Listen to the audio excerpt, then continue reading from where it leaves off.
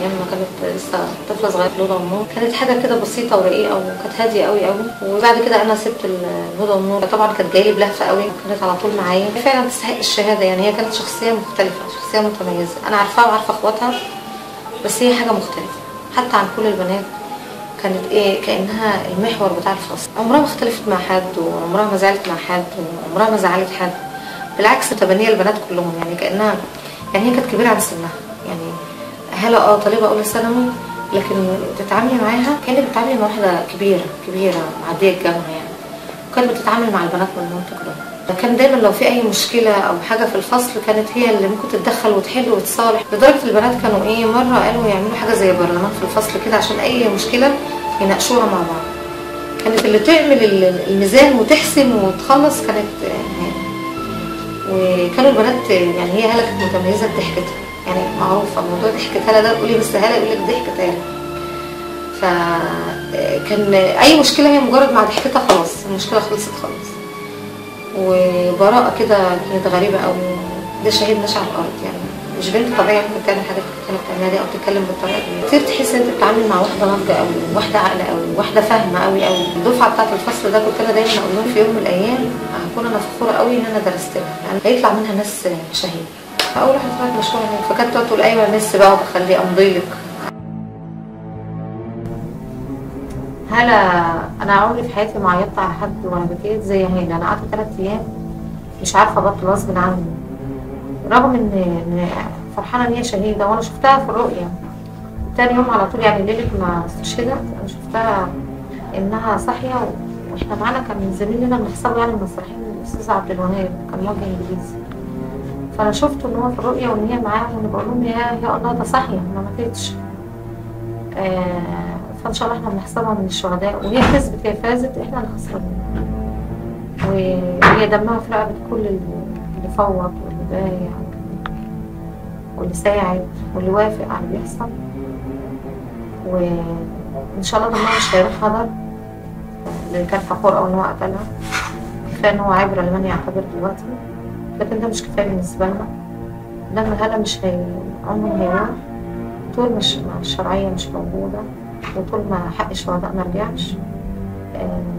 عمر دم هاله ما هيبقى رجع الا لما الامور ترجع من نصابها، ويحاسب كل من هدر هذا الدم وتسجل فيه وضيعه. وهي بس المشكله عندنا ان احنا مستعجلين على حساب الطلوع، والحساب عند ربنا ان شاء الله موجود، وحق هاله هيتاخد تالت ومتلت قدام ربنا سبحانه وتعالى. هي كسبت، هي شهيده وفي الجنه، وان شاء الله من حسابها كده من الشهداء والصديقين، لكن برضه حقها مش هيبقى. ولما تشوف العيال الصغيرين ماشيين في الشارع دلوقتي وبيتكلموا في ايه وبيقولوا ايه، نطمن، الحق عمره ما يبقى، حتى لو عدى وقت مش مشكله، احنا مش مستعجلين، مكملين ان شاء الله. ان شاء الله هاله دمها مش هيروح، وهي دمها اللي سالده علشان خاطر مصر، وهي مصر تستاهل الدم ده، وهاله تستاهل انها خلدت. يعني هاله اسمها الوقت قعد في العالم كله، واي حد بيقول اسم هاله بس مجرد تقولي هاله كده العالم كله بيوقف تحيه. انا هاله أبوشعيشع اخت الشهيده هاله أبوشعيشع، وانا بعد هاله على طول، وضمن 4 سنين بس. وانا وهاله كانت بتربطنا حاجات كتيره قوي في حياتنا، وكنت ببقى معاها في حاجات كتيره قوي، وهي كانت بتساعدني في كل مسائل حياتي سواء في الدراسه او بره الدراسه.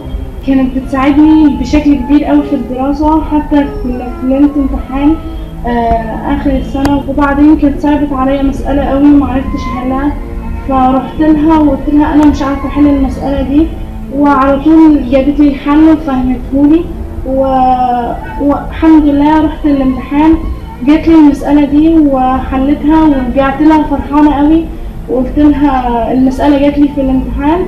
فرحت قوي اللي هي كانت جالي قبل الامتحان، وكانت بتساعدني في حاجات كتيره قوي، وشكرتها كتير واشكرها دلوقتي عشان هي غيرت من حياتي كتير وغيرت من اسلوبي كتير.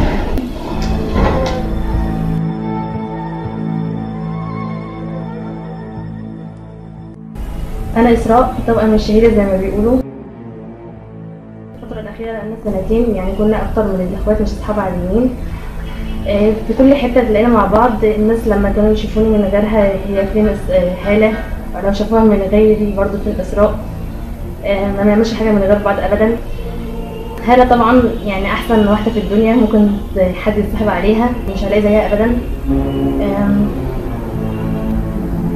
في الفتره الاخيره كانت اخلاق شهداء بجد. هي من بعد حادثه جهاد هي حاطه في مخها فكره الموت وبتعمل لنفسها في الفتره دي. كانت دايما بتقول انا نفسي اموت شهيده.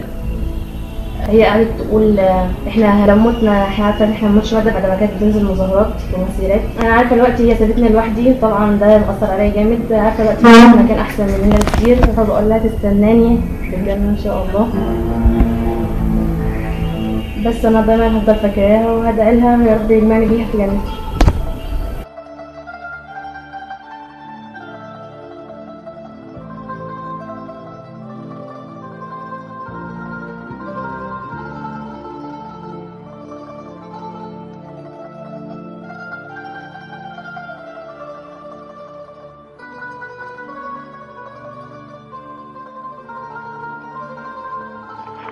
السلام عليكم.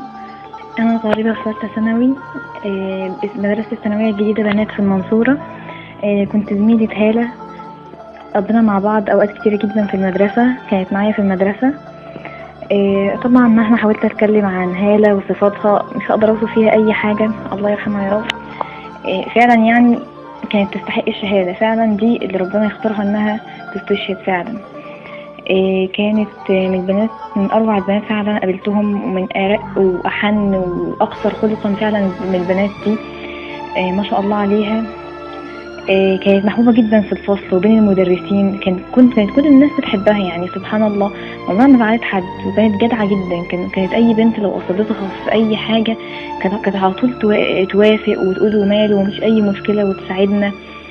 ومن المواقف بقى اللي كانت بتحصل دايما في الفصل، كنا لو في مثلا حصة فاضية او كده حصة احتياطي، فكانت هالة تطلع وتقول لنا قصة فيها عبرة مثلا، وكلنا نقعد نسمع بتشويق بقى ونقول لها ها وبعدين يا هالة. وفي الاخر يعني تطلع يعني قصة فيها عبرة جميلة جدا ونتعلم منها، وتقول يا جماعة احنا بقى نتعلم ان احنا نعمل كذا وكذا وكذا. كانت دايما تقول لنا ان احنا نتحلى بالخلق الجميل. كانت تقعد تقول نصبر، وان احنا لازم نبقى بنات محترمة ما نعملش زي البنات التانيين. كانت دايما تقول لنا يعني تجيب كل حاجة حلوة أصلا في الدين. كانت تقعد تكلمنا كتير جدا عن ربنا والدين، وإن البنت لازم تبقى أخلاقها كويسة، وتجيب لنا قصص عن ده وعشان إحنا نتعظ. يعني كانت حتى كنا نحب قوي نسمع كلامها. وكان حتى كل المدرسين ساعات أصلا بيسمعوا لها معانا. يعني كانت ما شاء الله كده لما تتكلم كنا كلنا نقعد نسمع يعني. وفي وقت الهزار نهزر، وقت الضحك نضحك، والجد يعني نبقى جد ونذاكر. والحمد لله ما كانش اي مدرس بيتضايق مننا. هي كانت في فصل السائقات طبعا، في سنه اولى وثانيه ثانوي كانت فصل السائقات. كانت البنات فعلا المتميزه والشاطره، ويعني كل المدرسين يشهدوا بده. يعني حتى المؤيدين للانقلاب واللي مع الانقلاب، يعني المؤيدين واللي ضد الانقلاب، يعني ما كانش ساعتها بقى، يعني طبعا ما كانش ساعتها في انقلاب، لكن كل المدرسين مثلا سواء هي هالة كانت اخوان، يعني سواء اللي كان مع الاخوان او ضد الاخوان كان لازم يسمع لها باحترام ويحترم رأيها. ما كانتش بتعمل اي خناقه او جدال مع مستر لو حتى وقفت تكلمه. كانت تقعد تتكلم بكل هدوء، وكان المدرسين يطلعوا ويقولوا لها ماشي يا هالة واحنا معجبين بيكي والكلام ده. لكن ما علينا بقى في رؤيه السياسه، يعني ما كانش بيحصل اي جدال بينها وبين اي مستر الحمد لله. وبرضه من المواقف الكويسه اللي كانت حصلت معاها، كنا في يوم برضه في المدرسه، وكان في وقت فراغ، فطلعت وقامت قايله يا جماعه عايزه اسالكم عن تفسير الايه في القران. وبتبقى ايات سهله جدا، مثلا سوره الناس، سوره الفلق، يعني حاجات سهله خالص. تقعد تسالنا في كلمات كده، تقول يا جماعه اللي هيجاوب له جايزه. كانت تبقى كلمه سهله خالص، فاحنا ممكن يعني تسهل من علينا. وكانت تقعد تشجعنا وتقول يلا يا جماعه وبكره هسالكم، طب روحوا دوروا عليها وتعالوا قولوا لي والكلام ده.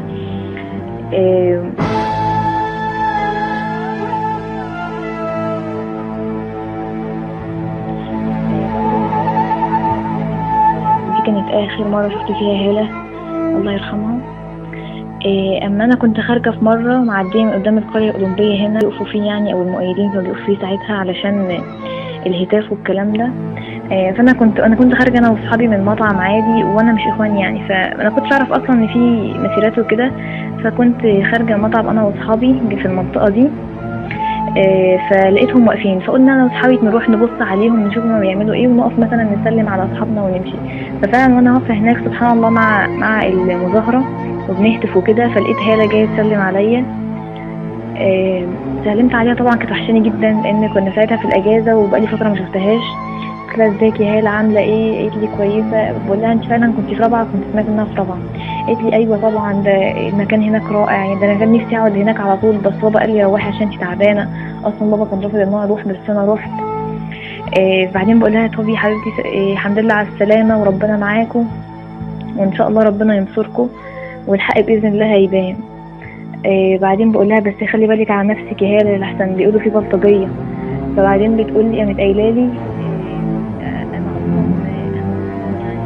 اصلا 7 ارواح، ده انا شفت الموت بعيني كذا مره، ده انا ماما بتقول لي انت ب7 ارواح، ده انا وانا في رابعه كان في بلطجي واقف ورايا وعمال يضرب الفوق لفوق، بس ربنا ستر يعني، ربنا سترها الحمد لله. قلت لها طب يا هاله وبعدين يعني لا لامتى كل ده؟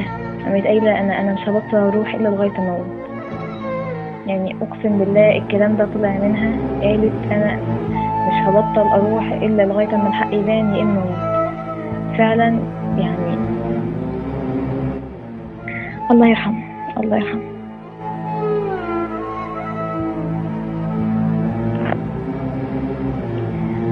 موقف تاني برضه حصل قبل ما هاله الله يرحمها تستشهد.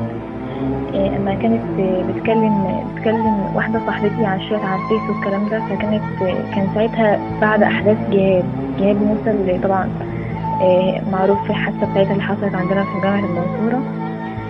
فكانوا بيتكلموا عن جهاد. طبعا جهاد دي برضو كانت صاحبتنا وكانت بنت يعني برضو يعني صفاتها لطيفه. فكانت واحده صاحبتي بتكلمها على الشات تقول لها يا هاله يعني بيتكلموا عن جهاد وربنا يرحمها والكلام ده. فقامت هاله قامت قايله لها يا بختها ماتت شهيده، يا رب انا ابقى زيها. يعني وده شايف موجود وكل حاجه. هاله ساعتها كانت قالت يا رب ابقى انا زي جهاد، يا رب ابقى زي جهاد. والحمد لله نبتها الحمد لله، ربنا ولها نفسها.